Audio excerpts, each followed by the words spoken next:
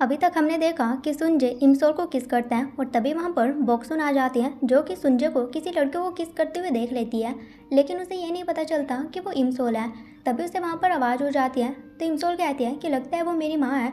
तो सुंजे इमसोल को अपनी जैकेट में छुपा लेता है और बॉक्सुन सुंजे को कहने लगती है कि शायद तुम्हें गर्लफ्रेंड मिल चुकी है और मैंने कुछ भी नहीं देखा है, मैंने अपनी आंखें बंद कर लिया है, लेकिन तुम्हें यह सब कुछ ऐसे ही खुलेआम रोड पर नहीं करना चाहिए। ये बोलकर वो अपनी शॉप पर आती है और कहने लगती है कि सुंजे खुलेआम किसी लड़की को किस कर रहा था, ये काफ़ी ज़्यादा एम्बैरेसिंग है, लेकिन शायद उसके लिए नहीं होगा क्योंकि जब वो स्कूल में पढ़ाई किया करता था तब यहाँ से कडल डीवीडी भी वो ले गया था। वहीं हम सुंजे और इमसोल को देखते हैं। सुंजे कहता है कि अब मैं क्या करूँ। इमसोल कहती है तुम चिंता मत करो, मैं किसी भी हालत में तुम्हें प्रोटेक्ट करूँगी। सुंजे कहता है तुम्हारी माँ मेरे बारे में क्या सोच रही होंगी, वो सोच रही होंगी कि मैं किसी को किस कर रहा था, क्या मुझे बता देना चाहिए कि वो तुम हो। इमसोल कहती है क्या अभी ये इम्पोर्टेंट है, क्या तुम इसके बारे में सोच रहे हो। सुंजे कहता है कि हाँ ये बहुत ही ज़्यादा इम्पोर्टेंट है और वो स्माइल करता है। इमसोल कहती है ऐसी सिचुएशन में तुम स्माइल कैसे कर सकते हो। सुंजे कहता है हाँ मुझे पता चला है कि मैं 15 साल बाद मरने वाला हूँ, लेकिन इसका मतलब ये थोड़ी ना है कि मैं स्माइल करना छोड़ दूँ। और फिर वो इमसोल की वॉच को देखता है और कहता है कि तुम फ्यूचर में कब वापस जाने वाली हो, तुम्हारे पास कितना टाइम है। इमसोल कहती है कि शायद मेरे पास सिर्फ 1 महीना बचा है। तो सुंजे कहता है कि कोई बात नहीं, मैं तुमसे फ्यूचर में मिलूंगा और मैं भी देखना चाहता हूँ कि आखिर फ्यूचर में हम दोनों कहाँ होते हैं। फिर हम सुंजे के पापा को उसके फ्रेंड के साथ देखते हैं और वो अपने फ्रेंड को बता रहा होता है कि मैंने अपने बेटे सुंजे की टिकट बिजनेस क्लास में करवाई है और अब तक वो अमेरिका पहुँच चुका होगा। तो वो कहता है तुम्हें अपने बेटे की चिंता हो रही है। तो गमडू कहता है कि भले मेरा बेटा बड़ा हो चुका है लेकिन अभी भी मेरे लिए वो एक बच्चा ही है। तो वो कहता है लेकिन जब तुम्हारे बेटे की शादी हो जाएगी फिर ये सब कुछ करने का कोई मतलब ही नहीं है। वहीं हम सुंजो को देखते हैं जो कि इमसोल का नंबर अपने फ़ोन में सेव करता है और उसके नंबर के पीछे हार्ट भी लगाता है और इमसोल को मैसेज करता है कि क्या तुम जाग रही हो। उसके बाद वो अपना फेस मिरर में देखने लगता है और कहने लगता है क्या मुझे अपना थोड़ा ध्यान रखना चाहिए। फिर वो अपने फेस पर फेस मास्क अप्लाई करता है। तभी इमसोल का मैसेज आ जाता है कि हाँ मैं जाग रही हूँ, लेकिन जैसे वो रिप्लाई करने लगता है उसके फ़ोन की चार्जिंग ख़त्म हो जाती है और वह चार्जर ढूंढने लगता है और उसे मिल भी जाता है। और वहीं ग्योमडो घर के अंदर आता है और कहता है कि सुंजे के बिना यह घर काफ़ी खाली खाली लग रहा है। और वहीं सुंजे चार्जर करने के लिए प्लग को सर्किट में लगाता है, लेकिन तभी शॉर्ट सर्किट हो जाता है जिसकी वजह से लाइट ऑफ हो जाती है। और वहीं ग्योमडो देखने के लिए बाहर आता है और तभी वो सुंजे को फेस मास्क के साथ देखता है। उसे देखकर वो डर ही जाता है और बेहोश हो जाता है। वहीं इमसोल को देखते हैं जो कि पुलिस ऑफिसर को कॉल करती है और उन्हें बताती है कि जो ट्रक पहले मेरा पीछा कर रहा था आज उस ट्रक को मैंने अपने घर के बाहर देखा है, तो क्या आप उसकी जांच कर सकते हो। फिर पुलिस ऑफिसर दूसरे ऑफिसर को कहता है कि इमसोल के घर के फिर ऑफिसर दूसरे ऑफिसर को कहता है कि इमसोल के घर के आसपास के कैमरा की जांच करो और देखो कि वो ट्रक कहाँ पर गया है। फिर इमसोल सुंजे की कही हुई बात याद करती है कि सुंजे ने उसे कह दिया था कि अब से तुम मेरे लिए अपनी फीलिंग्स के ऊपर ध्यान दो और तुम्हें मुझसे भागने की ज़रूरत नहीं है। और वो सुंजे के रूम की तरफ देखती है और कहती है कि क्या मैं ऐसा कर सकती हूँ।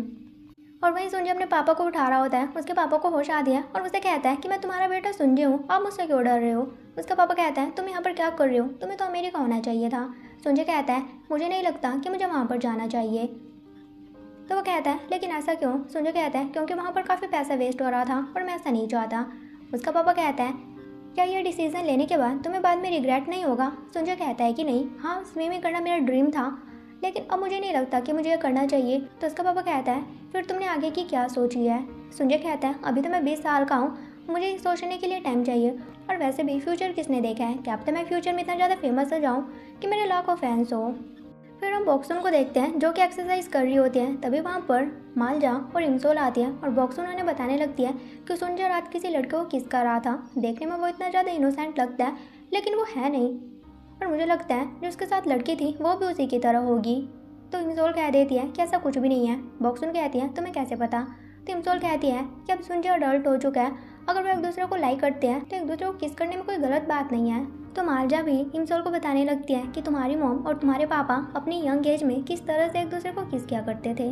फिर बॉक्सुन नीचे आती है, वहाँ पर ग्योमडो को देखते हैं और वो ग्योमडो को सुंजे के बारे में बताने लगती है कि शायद आपके बेटे को गर्लफ्रेंड मिल चुकी है और कल रात वो यहाँ पर ये कर रहा था। ग्योमडो कहता है कि क्या कर रहा था, लेकिन बॉक्सुन उसे डायरेक्टली कुछ भी नहीं कहती और बिना कुछ कहे अंदर चली जाती है।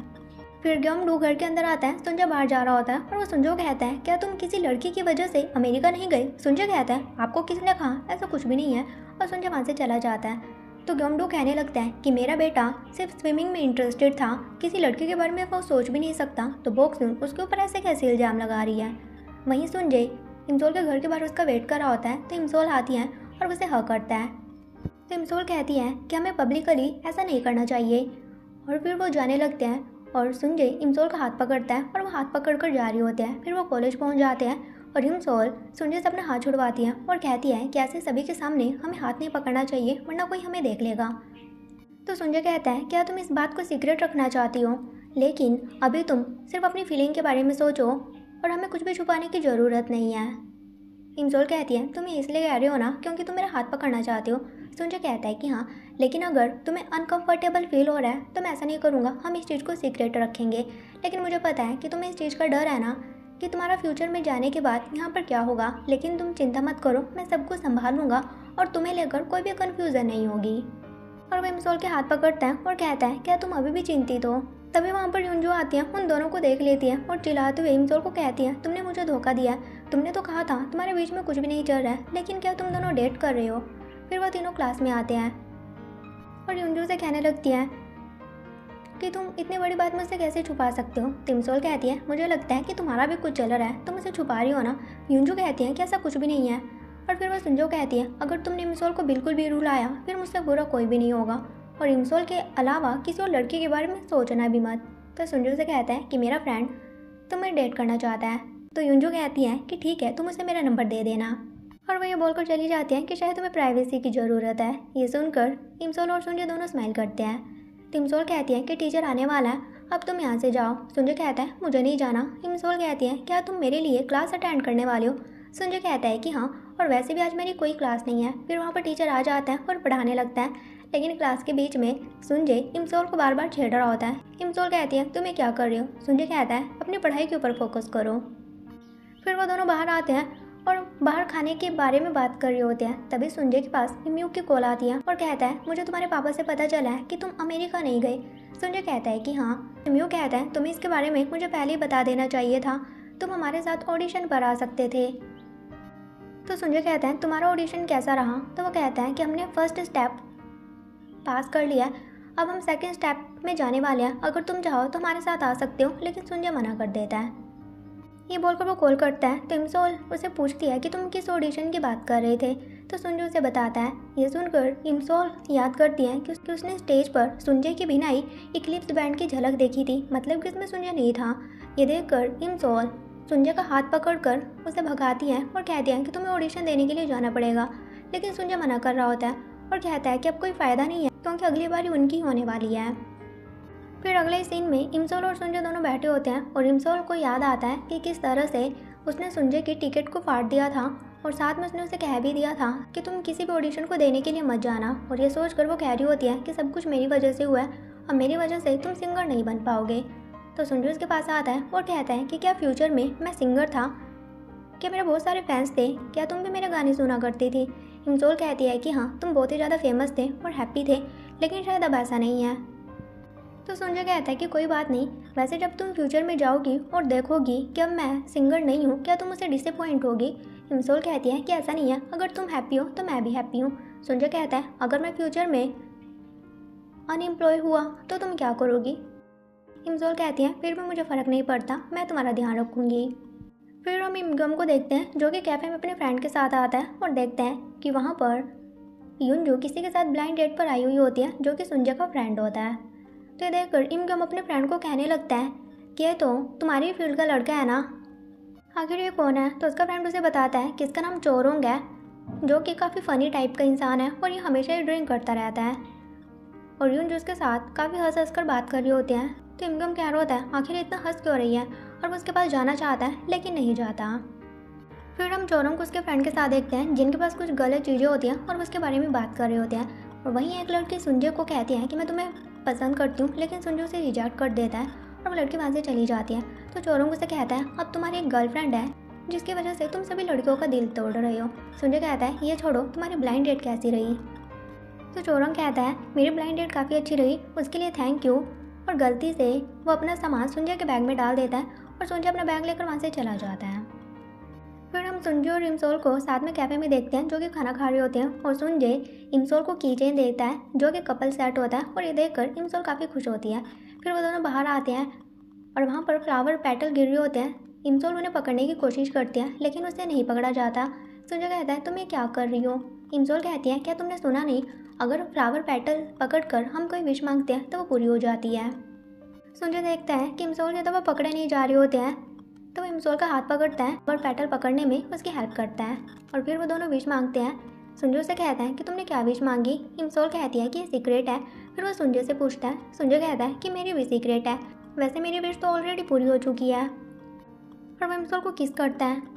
इमसोल कहती है तुम ये क्या कर रहे हो, अगर हमें किसने देख लिया तो सुंजे से फिर से 2 बार किस करता है और वहाँ से भागने लगता है और इमसोल भी उसके पीछे भाग रही होती है।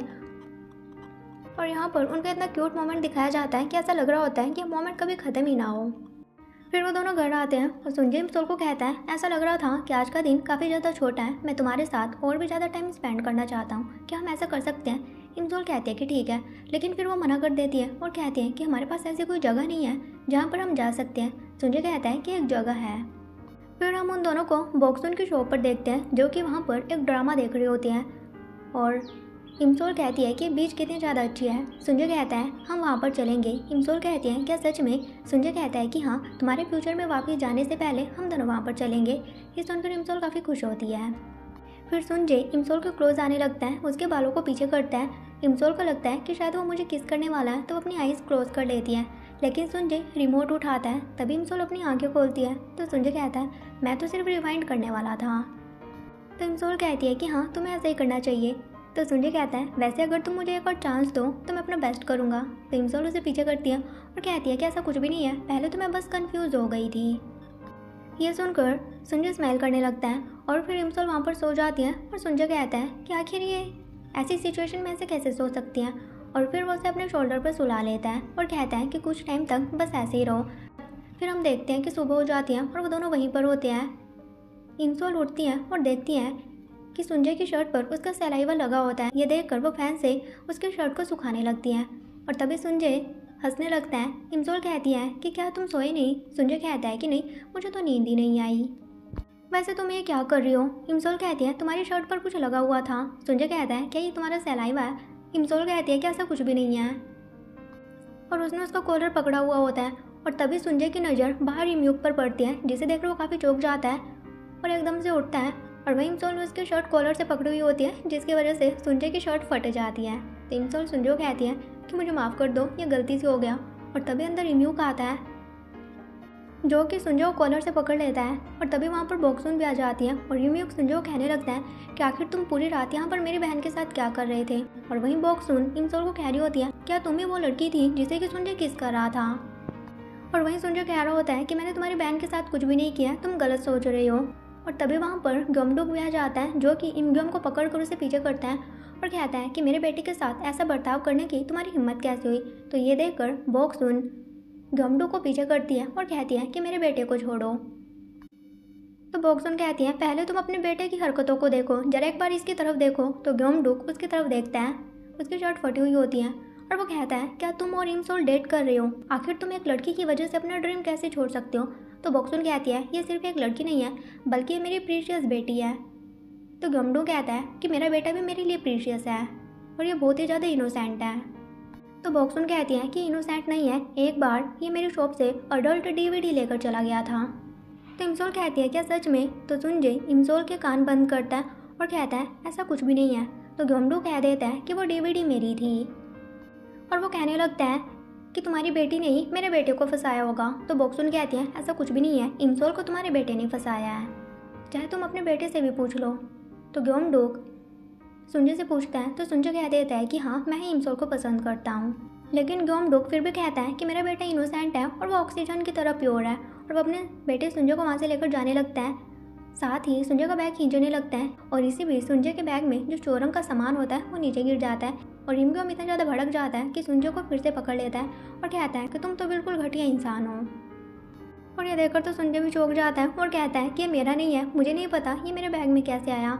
तो गमडू कह देता है कि ये मेरा सामान है और वो सुंजे को पकड़ कर अपने साथ लेकर जाने लगता है और कहता है कि इमसोल को डेट करना बंद करो।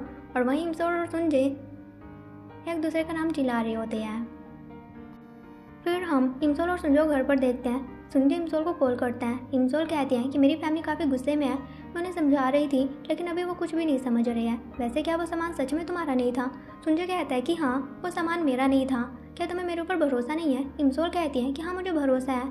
सुंजो कहता है मुझे लगता है तुम्हें मेरे ऊपर भरोसा नहीं है, बस तुम 1 घंटे रुको, मैं तुम्हें प्रॉपर एक्सप्लेनेशन दूंगा। ये बोलकर वो कॉल कट करता है और याद करने की कोशिश करता है कि वो सामान मेरे बैग में कैसे आया, और तभी उसे याद भी आ जाता है कि वो चोरंग का है जो कि गलती से मेरे बैग में आ गया था।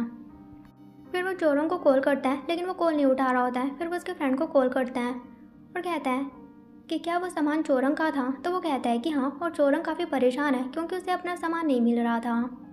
फिर हम सुंजो और उसके पापा को देखते हैं जो कि इमसोल के घर पर आई हुई होते हैं इस मैटर के बारे में बात करने के लिए, और मालजा वहाँ पर एज अ जज काम कर रही होती है। पहले वो सुंजो से उस डीवीडी के बारे में पूछती है तो सुंजो कहता है कि उस टाइम मेरे दिमाग में कुछ भी नहीं आया और मेरे हाथ में जो आया मैंने वो खरीद ली। तो वो कहते हैं लेकिन ऐसा क्यों? तो सुंजो कहता है क्योंकि उस टाइम काउंटर पर इमसोल थी और वो काफ़ी ज़्यादा प्रीटी लग रही थी, तो मुझे कुछ समझ नहीं आया। और ये सुनकर इमसोल भी शर्माने लगती है। फिर मालजा कहती है और तुम्हारी शर्ट के बारे में क्या, वो क्यों फटी हुई थी? तो इमसोल उन्हें प्रॉपर एक्सप्लेनेशन देती है कि ऐसा ऐसा हो गया था और वो शर्ट मेरी वजह से फटी थी। तो इन दोनों बातों पर वो भरोसा कर लेते हैं। फिर मालजो से वही चोरंग का सामान दिखाती हैं और कहती हैं ये तुम्हारे बैग में क्या कर रहा है? तो सुंजय कहता है ये मेरा नहीं है, ये किसी और का है, वो यहाँ पर एज अ विटनेस आने ही वाला है।